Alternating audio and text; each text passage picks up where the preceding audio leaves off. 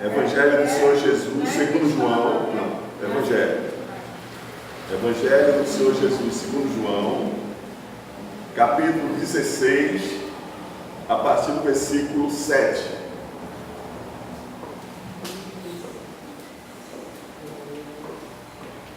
Evangelho do Senhor Jesus segundo João, capítulo 16, a partir do versículo 7. Diz assim: eu vos asseguro que é para o vosso bem que eu parta. Se eu não for, o advogado não poderá vir para vós, mas se eu for, eu o enviarei. Quando então ele vier, convencerá o mundo do seu pecado, da justiça e do juízo. Do pecado, porque a humanidade não crê em mim. Da justiça, porque vou para o Pai e vós não me vereis mais.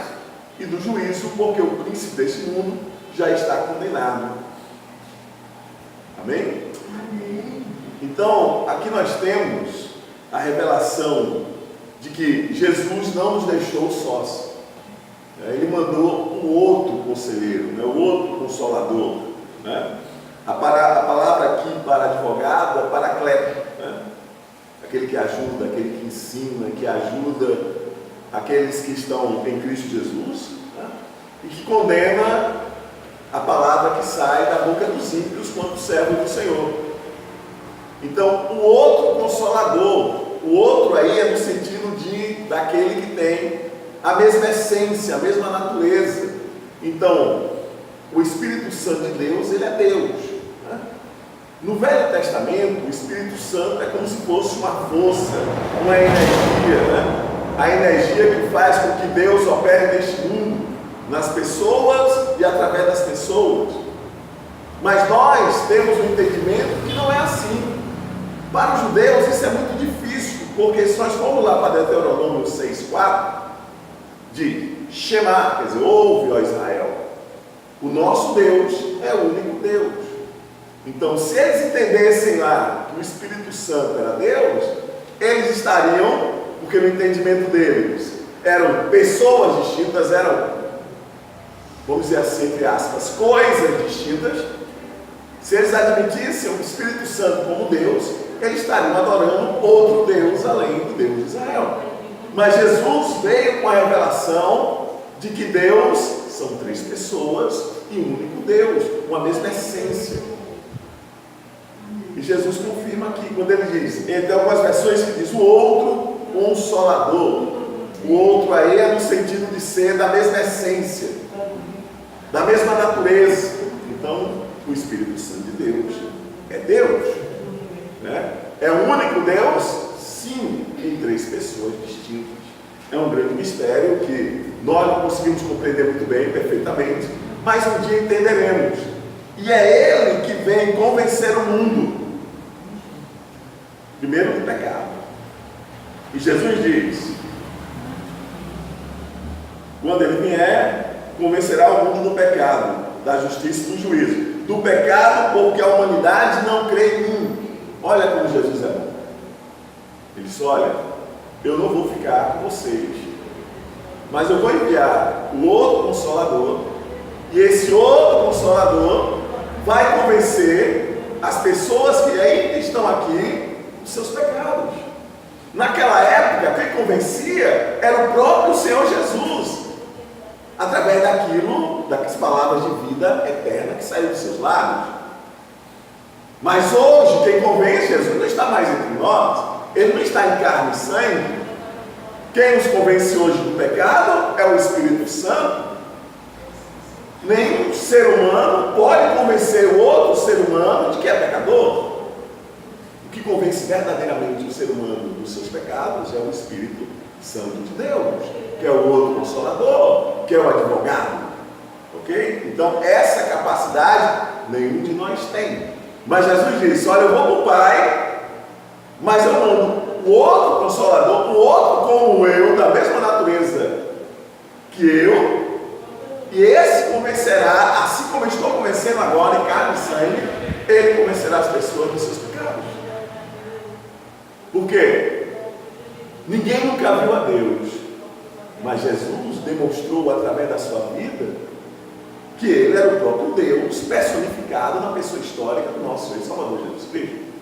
Porque o que saía dos lábios dele, a autoridade com que ele falava e a forma com que ele agia, se demonstrava que ele estava executando a justiça de Deus na terra.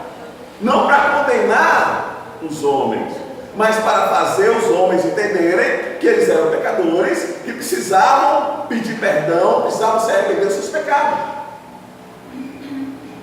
Essa capacidade nenhum homem, nenhum ser humano tem, a não ser o próprio Deus.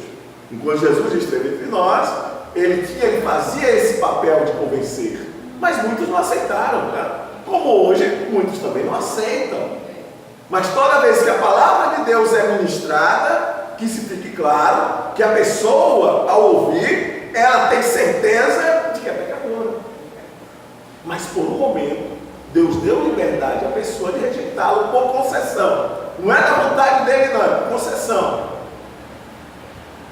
Um dia, Deus chamará cada uma dessas pessoas para dar conta da sua vida, do que fez da revelação de Deus na vida deles, porque todos nós fomos criados à imagem e semelhança de Deus. Não que Deus se pareça conosco fisicamente, não é isso, mas Ele nos deu a moral, a ética, Ele nos deu o Espírito que passou a viver em nós, quando Ele deu o seu sopro de vida em nossas narinas, nós estávamos representados ali por Adão. Quer ver? Vamos para 1 Coríntios. Somos para 1 Coríntios, capítulo. 1 Coríntios ou Romanos? Dá uma olhada aqui, tá?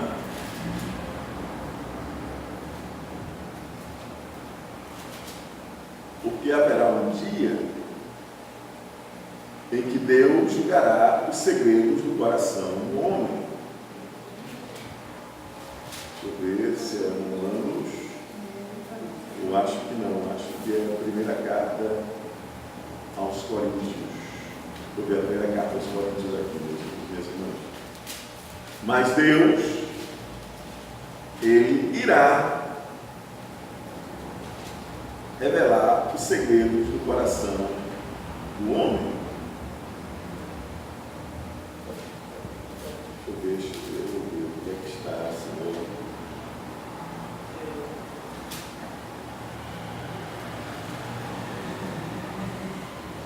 Porque Deus vai revelar os segredos do coração do homem.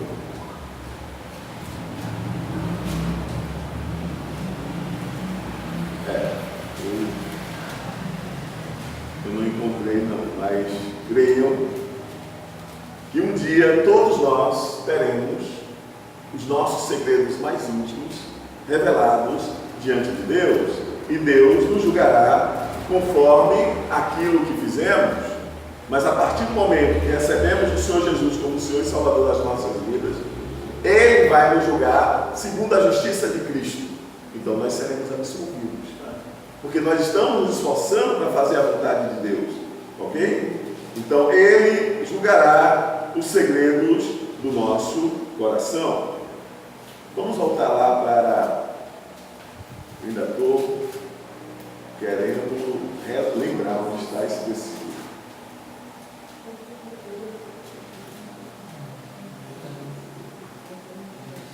Definitivamente eu esqueci. Eu esqueci onde está. Mas vamos voltar para João. João 16. Se eu me lembrar, daqui até o final do culto, a gente retorna a esse versículo, ok? Então, o Espírito Santo convence o homem do pecado. Essa é a obra que ele faz, é a obra que está, é a obra que está conforme a sua missão, tá? Convencer o homem do pecado porque a humanidade não crê em Jesus. Ele está aqui para convencer, justamente quando Jesus ascendeu aos céus, poucos dias depois ele enviou o Espírito Santo, que está no livro de Atos, simbolizado no livro de Atos. No dia de Pentecostes, o Espírito Santo veio e capacitou aqueles homens para fazer a obra de Deus, não através da pessoa do Senhor Jesus estando em carne e sangue no nosso meio, mas de forma sobrenatural através do Espírito Santo de Deus, ok? Da justiça, porque vou para o Pai e vós não me vereis mais. Novamente, o Espírito Santo vem convencer que a justiça foi feita. Por quê? Porque Jesus ascendeu aos céus, Jesus ressuscitou dos mortos e Jesus ascendeu aos céus. É a confirmação de que ele cumpriu com a sua missão. Então a justiça foi feita na cruz do Calvário, quando Jesus disse que tudo estava consumado. Ok? Então aqui, da justiça, porque vou para o Pai e vós não me vereis mais. Não verá Jesus da forma que ele estava aqui. Jesus hoje está glorificado, ele está vivo, está glorificado, assim como ele recebeu a glória voltou para ele, na realidade, porque ele sempre teve aquela glória, se destituiu por um momento daquela glória, veio cumprir uma missão de morrer em nosso lugar na cruz do Calvário, de nos dar a salvação e vida eterna, mas retornou para o seu estado de glória. Hoje ele está glorificado e nós esperamos, juntamente com ele, no futuro, gozar dessa glória, ok? Que nós temos essa glória por herança. E do juízo, porque o príncipe desse mundo já está condenado. Gente, nós não estamos sozinhos. E o maligno já está condenado. Nós devemos entender dessa forma. Para ele não tem mais jeito. O que ele está fazendo agora é se apressar, porque o tempo dele urge. Quando Jesus voltar, ele vai aprisionar Satanás. Haverá 1000 anos no reino milenar de paz, de prosperidade na terra. Jesus, como rei de Israel, governará através de Israel todo mundo. Haverá um reino de equidade, um reino de paz, um reino perfeito, ok? Mas depois de 1000 anos, a Bíblia diz que Satanás será solto, e aí Jesus o vencerá definitivamente, e lançará ele, os seus demônios, a própria morte, o inferno, no lago de fogo e enxofre, ok? Juntamente com as pessoas cujos nomes não estavam escritos no livro da vida. Nossos nomes estão no livro da vida, ok? Nós recebemos a absolvição. Na realidade, nós iremos reinar com Cristo durante esses 1000 anos, que é o reino milenar. Então, do juízo, porque o príncipe desse mundo já está condenado. Creamos, não temamos a ninguém, respeitemos a todos, tenhamos reverência diante das autoridades, mas não devemos temer a nada, porque o Senhor é conosco. Vamos agora para Romanos capítulo 10. Carta aos Romanos, capítulo 10. Ou melhor, carta aos Romanos.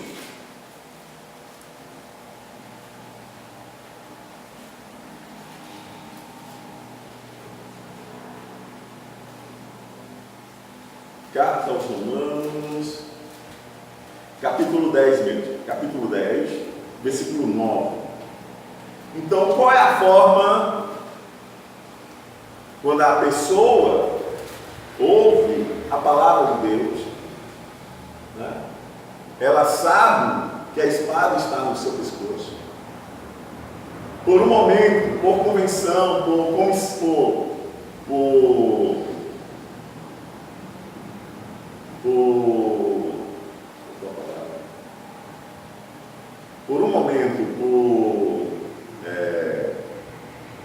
concessão, Deus deu a liberdade à pessoa de rejeitá-lo, mas haverá um dia que todo ser humano estará diante de Deus e dará conta daquilo que fez com a revelação de Deus, daquilo que fez com a vida que Deus deu a ele, ok? Ele dará contas a Deus.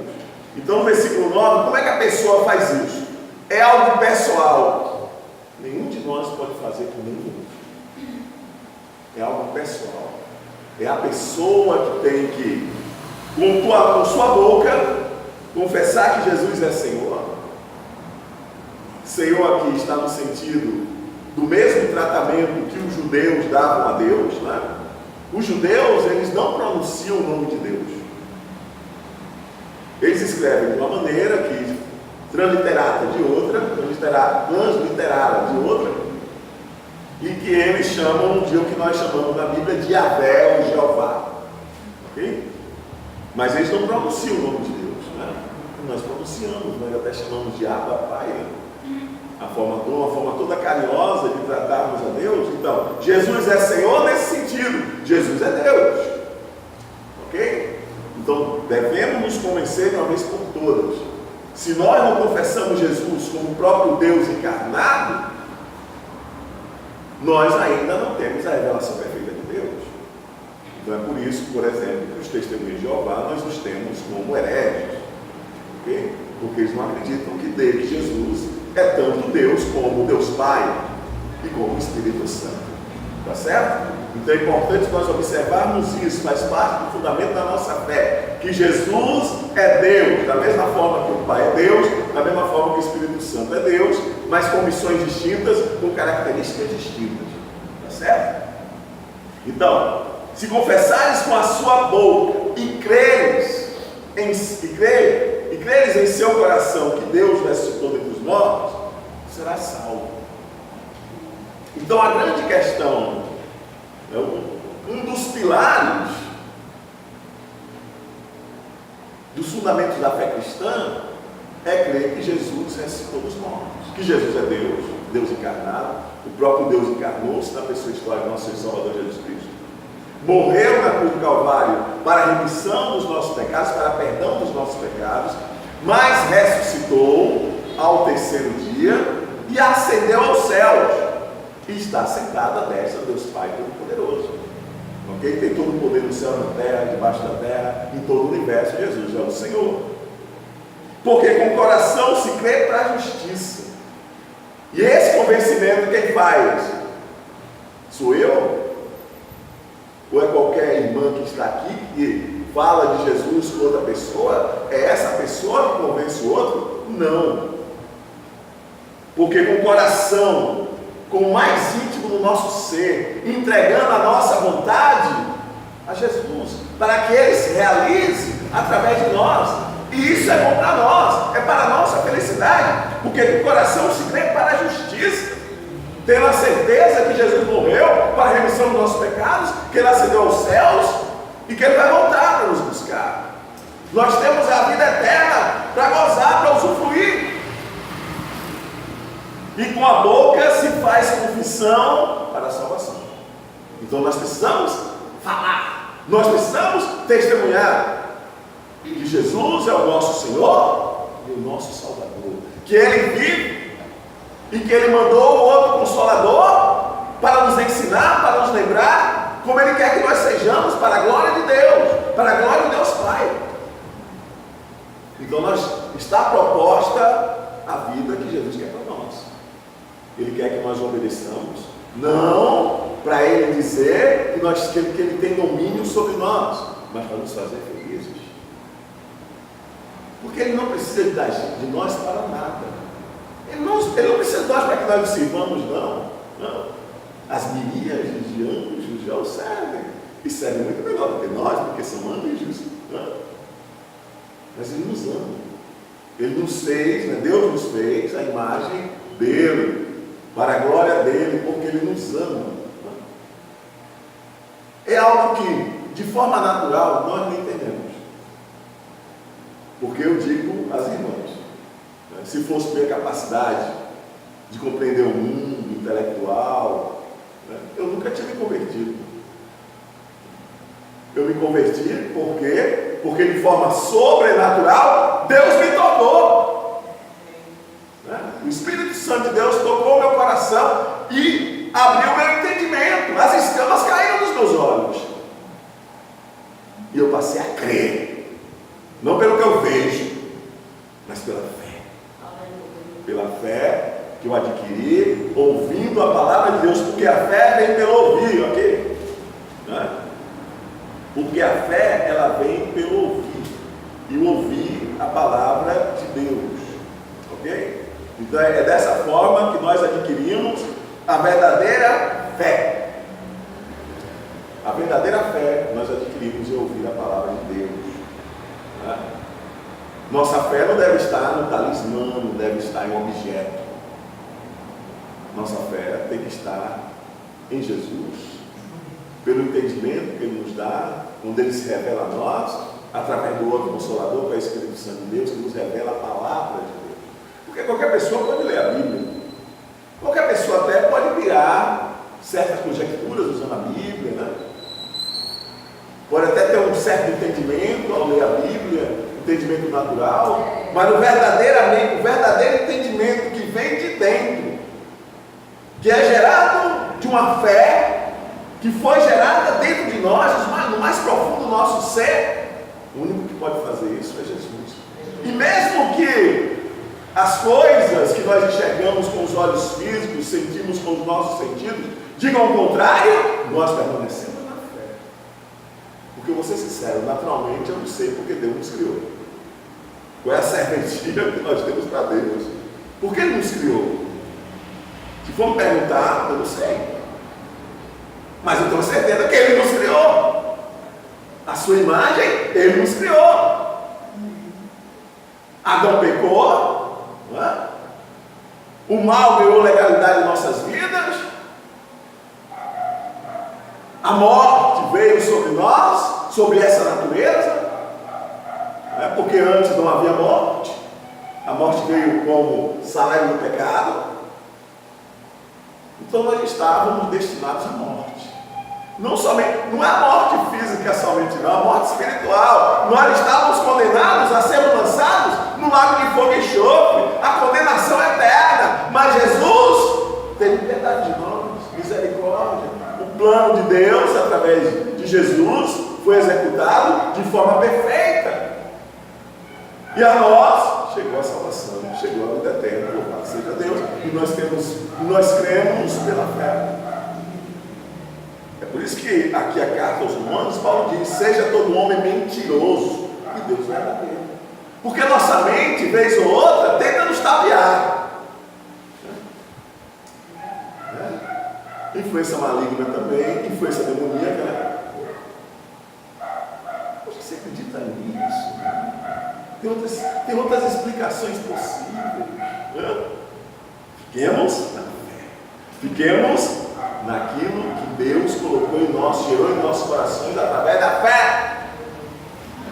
Seja todo homem mentiroso e Deus verdadeiro. Então haverá um dia sim em que Deus vai julgar todos os segredos do coração do homem. Então não, é por isso que nós falamos para as pessoas sobre Jesus, para que elas se livrem desse momento do grande julgamento de Deus. Porque se a pessoa morrer sem Jesus, ela já está condenada, gente. Não tem purgatório, não tem nada disso, não tem reencarnação, não tem nada disso. Está condenada, é a palavra de Deus que nos diz isso. Então nós tentamos abrir os olhos das pessoas, proferindo a palavra de Deus. Agora devemos lembrar que esse convencimento não é de nós, não é de nossa capacidade, poder de persuasão, da nossa lábia, é de forma sobrenatural, é através do Espírito Santo de Deus. É por isso que nós falamos e nós descansamos. Nós não ficamos nos lastimando, com a consciência pesada. Porque fulano não aceita Jesus? Eu falo tanto para ele isso e aquilo outro. Somos nós. E a responsabilidade, depois que nós falamos a palavra de Deus, é da pessoa. É da pessoa. Quer ver? Vamos lá para Ezequiel, capítulo 18. Em Ezequiel, é interessante, como lá no Velho Testamento, Deus deixou claro isso para as pessoas, para o seu povo, inicialmente, certo? Mas isso aqui serve para todas as pessoas, não somente judeus. Capítulo 18 de Ezequiel. Capítulo 18 de Ezequiel. Vamos ler.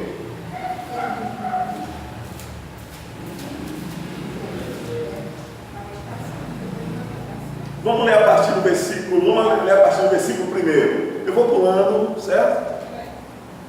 Então, Ezequiel 18, a partir do versículo 1. Tá certo? Ezequiel, Velho Testamento, depois de Jeremias. Tá? Jeremias, Lamentações, Jeremias, Ezequiel. Ok? Diz assim: esta palavra de Yahvé veio a mim nestes termos. Que quereis dizer quando citais esse antigo adágio no meio do povo de Israel? Os pais comeram uvas verdes, mas os dentes dos filhos é que ficaram botados. Ou seja, os filhos são culpados pelos pecados dos pais. Né? Eles que diziam isso. O povo de Israel que dizia isso. Mas Deus entende diferente. Tão certo como eu vivo, eis que prometo, diz o Senhor Deus, nunca mais se mencionará este dito popular em Israel. Então, cada um vai morrer por conta dos seus pecados. Ok? Cada um vai ser culpado dos seus próprios pecados. Né? Não vai adiantar dizer, não, foi fulano que me enganou, foi Beltrano que me enganou, foi um demônio. Não. Os atos que nós executamos, as atitudes que nós temos, ok? Elas vão ser atribuídas a nós mesmos. Todas as vidas são minhas, tanto a do pai como a do filho. E aquele que pecar é que deve pagar com a própria vida. Então, o que pecar é o que vai pagar. E ele dá exemplo, né? Se o homem for justo e proceder com retidão e verdade, né? Ele fala certos atributos aqui, né? Aí fala, né? Não comerá alimento sacrificado, aí vai, né? Aí no versículo 9, presta visando lucro, né? Versículo 9, o justo age de acordo com as minhas leis e princípios e obedece fielmente os meus mandamentos. Assim, este ser humano justo e leal tem o direito de viver, porque ele fez o que é certo. Contudo, suponhamos que esse homem justo, essa pessoa justa, tenha um filho, e esse filho seja bruto e violento, que faça tudo ao contrário do pai que é justo. Né? Será que o pai vai ser condenado por causa do filho? Deus diz que não. Né? Ora, embora o pai não tenha pessoalmente cometido nenhum desses erros, esse filho insensato come carne, aí sai citando, aí vai até versículo 13, busca altos lucros mediante empréstimo que realiza e contra juros, sendo assim, eis que te dado. Porventura deverá viver um homem como este, mesmo o pai sendo justo? Ora, claro que não viverá, entende? Então cada um vai pagar pelos seus erros. Há um sentimento em nós, né? Porque a gente deseja que as pessoas que estão ao nosso redor se convertam dos seus maus caminhos, né? A gente insiste. A gente até fica com consciência pesada, vem uma culpa sobre nós, né? Achando que nós somos incompetentes, que nós não conseguimos, nós vamos deixar aquela pessoa, né? Vamos deixar aquela pessoa ser condenada eternamente. Mas, gente, devemos entender uma vez por todas que não é por força, é por violência. Nós falamos a palavra de Deus, a todo momento estejamos lá, mas descansemos em Cristo. A responsabilidade agora é daquela pessoa. É daquela pessoa que ouviu. Nós desejamos sim que se converta, mas nós não podemos fazer mais do que isso, entendem? Está fora da nossa capacidade, está fora das nossas mãos. Não devemos nos sentir culpados, consciência pesada por conta disso. Ficamos tristes? Ficamos. Porque nós vemos a pessoa rejeitando o que nós temos de melhor para dar, que é a palavra de Deus, para gerar no coração dela a fé necessária para que ela seja salva e goza da vida eterna como nós vamos gozar. Nós já estamos gozando desde agora, ok? Então diz: ora, claro que não viverá, versículo 13, certamente morrerá por conta de todas essas malignidades praticadas, será, pois, culpado por sua própria morte. Agora suponhamos que este filho, o bruto, violento, tenha ele mesmo um filho que vê todos os pecados que seu pai comete, e embora os observe de perto, decide não os cometer. Então esse aí vai viver. Esse vai viver. Ele procura manter as suas mãos longe do erro, não é? Versículo 18: então seu pai morrerá por causa da sua própria iniquidade, porquanto praticou extorsão, roubou, né? Mas ele não. Aí no versículo 20 Deus diz: o indivíduo que pecar, este morrerá. O filho não levará a culpa do pai, tampouco o pai será culpado pelo pecado do filho. Assim a justiça do justo lhe será acreditada, e a malignidade do ímpio lhe será devidamente cobrada com a vida. No entanto, se o ímpio se converter, louvado seja Deus, esse é o nosso desejo, né? De todos os seus pecados cometidos e passar a obedecer os meus decretos e praticar o que é justo e verdadeiro, com certeza viverá e não morrerá. O nosso desejo é esse. É por isso que nós pregamos a palavra de Deus, para que as pessoas se convertam. Mas a partir do momento que nós pregamos a palavra de Deus, a responsabilidade agora é da pessoa. O que nós não podemos deixar de fazer é pregar a palavra de Deus, porque Deus vai requerer de nós essa nossa negligência, entende? Não se fará recordação de nenhuma das suas ofensas que cometeu, por causa das atitudes corretas que passou a exercer, ele viverá. Aí 24: se porém um justo rouba mais faz, não acreditava que rouba mais faz, não tem? Isso aí não cai bem não diante de Deus. Então, se nós somos justos, sejamos cada vez mais justos, porque as nossas justiças não vão acreditar a nós quando nós errarmos diante de Deus. Amém? Não vão ser acreditadas não. Deus não vai levar em conta não. Ah, Senhor, mas eu fiz tanta coisa boa com o Senhor. Mas por que não continua fazendo? Deus vai perguntar: Senhor, continua fazendo. E cada vez mais. Então, ó, não é? Está aqui. Se porém o justo, 24, se porém o justo se desviar da verdade e da justiça, e cometer erros e pecados, e todas as práticas abomináveis dos inimigos, deverá ele viver? O que é que Deus diz? Nenhum de seus possíveis atos justos. Ok? Essa é a justiça de Deus. Então, se a pessoa é justa, mas a partir do momento começa a fazer o que não deve, Deus não levará em consideração o que ela fez de bom, não. Deus leva sempre em consideração o presente, visando o futuro. E diz: nenhum dos seus possíveis atos será levado em conta. É Deus dizendo. Devido à infidelidade que é culpado por causa dos pecados que praticou, sem apelação, ele morrerá. Então o justo seja cada vez mais justo. Okay? Mas desejamos que o iníquo se converta. Porque Deus não se agrada da morte do iníquo, não. Ele diz mais tarde isso. Então, continuando. Porém, posto mais a argumentar o caminho do eterno, não olha bem. Aí eles dizem, pobres seres humanos, como nós, dizem: ah, Deus está errado. Por quê? Tanta coisa boa fulano e Beltrano fez, né? Por que Deus levou em consideração o que ele fez no passado? Porque Deus é perfeito.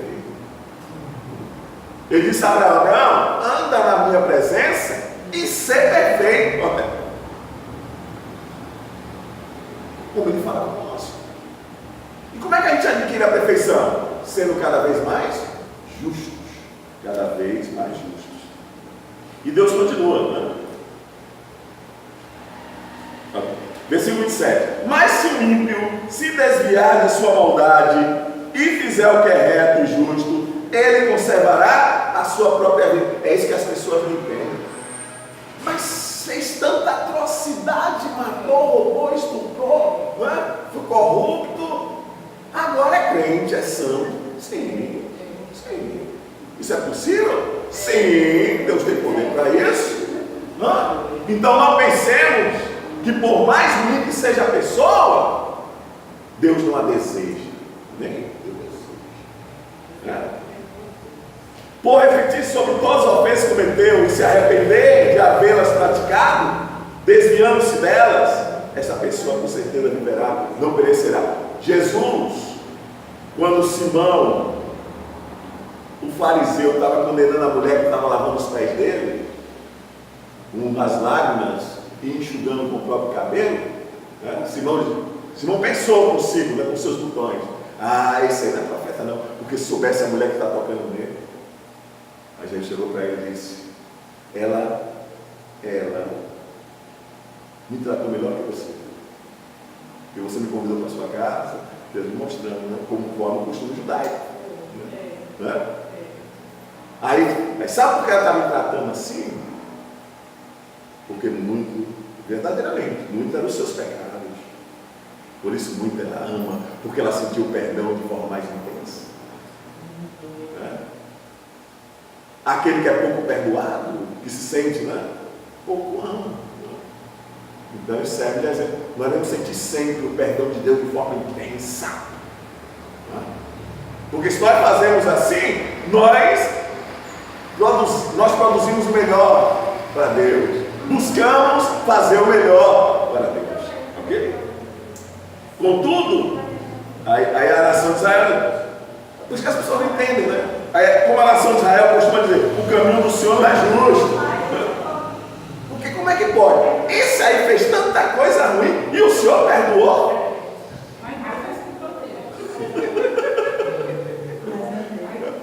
Jonas, lembra de Jonas? Jonas não queria pregar para os ninivitas não, sabe por quê? Porque Jonas, a ideia de Jonas é que os ninivitas não prestavam. Os ninivitas não mereciam perdão. Olha bem. O irmão do filho perdido que voltou para o pai, o irmão que ficou com o pai ficou chateado.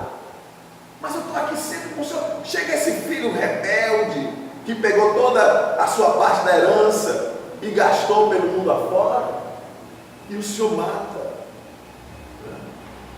um novilho cevado para este. Para mim o senhor nunca deu. Para eu festejar com os meus companheiros. Porque você. Aí o pai diz: você nunca me pediu. Então o desejo de Deus é que as pessoas se convertam. Que o ímpio se converta nos seus maus. Ora, então o meu caminho é injusto, ó cara de Israel. Ou será que não são os nossos caminhos que são injustos? Falta de misericórdia, falta de compaixão, falta de amor. É por isso que a pena de morte é algo que nós não devemos dizer, nem por brincadeira, de instituir a pena de morte. Porque Deus pode transformar qualquer pessoa, gente. O que para o homem é impossível, para Deus não é impossível. Tudo para Deus é possível. Portanto, a nação diz: eu mesmo julgarei a cada um de vós segundo os vossos próprios caminhos. Palavra de Yahvé do Senhor. Aí ele diz lá, ó: porquanto não tenho nenhum prazer na morte de quem quer que seja, não é?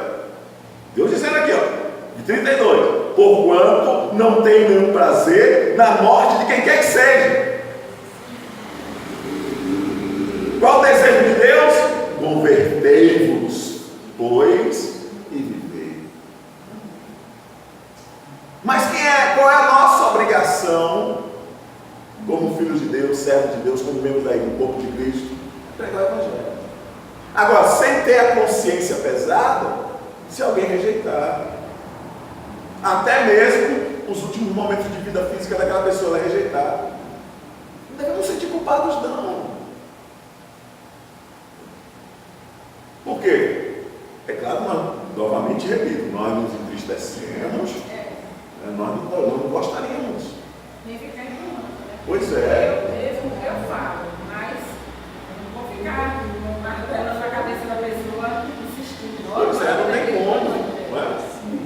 gente fala a palavra de Deus, prega a palavra, e mais, testemunha, para que o nosso discurso seja coerente com as nossas atitudes.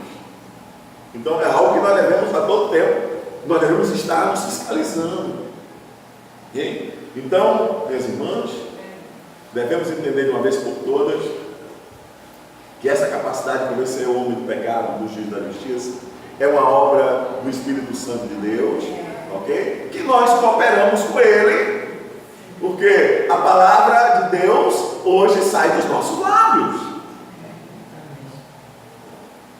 E a palavra, e nós testemunhamos de Deus em nossas vidas, praticando a palavra de Deus também, ok? Mas devemos nos lembrar que um dia Deus julgará os segredos do coração do homem em Cristo Jesus. Aqui, ó, pronto, achei que eu glória.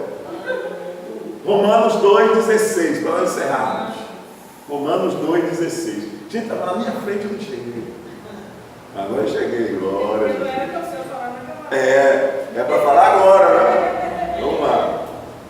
Romanos 2,16 diz assim. Romanos 2,16.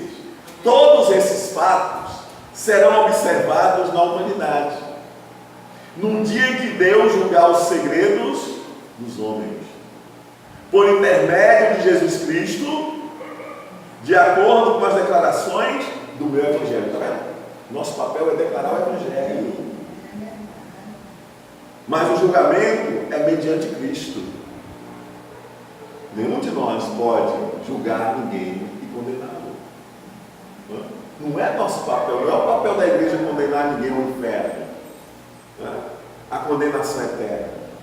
O papel da igreja é buscar resgatar aqueles que estão perdidos, como um bom pastor, que, se desviando uma das suas ovelhas, ele deixa aquelas outras, claro, bem guardadinhas, e sai à procura daquela que se debandou. E quando a recupera, fica mais feliz com ela do que as 99 que não precisava de resgate. Mas eu entender que a alegria é o único momento que diz que há alegria no céu. Gente, Deus está no céu. Mas a Bíblia diz que há alegria no céu quando o pecador se arrepende dos seus pecados. Louvado e engrandecido seja o nome do Senhor.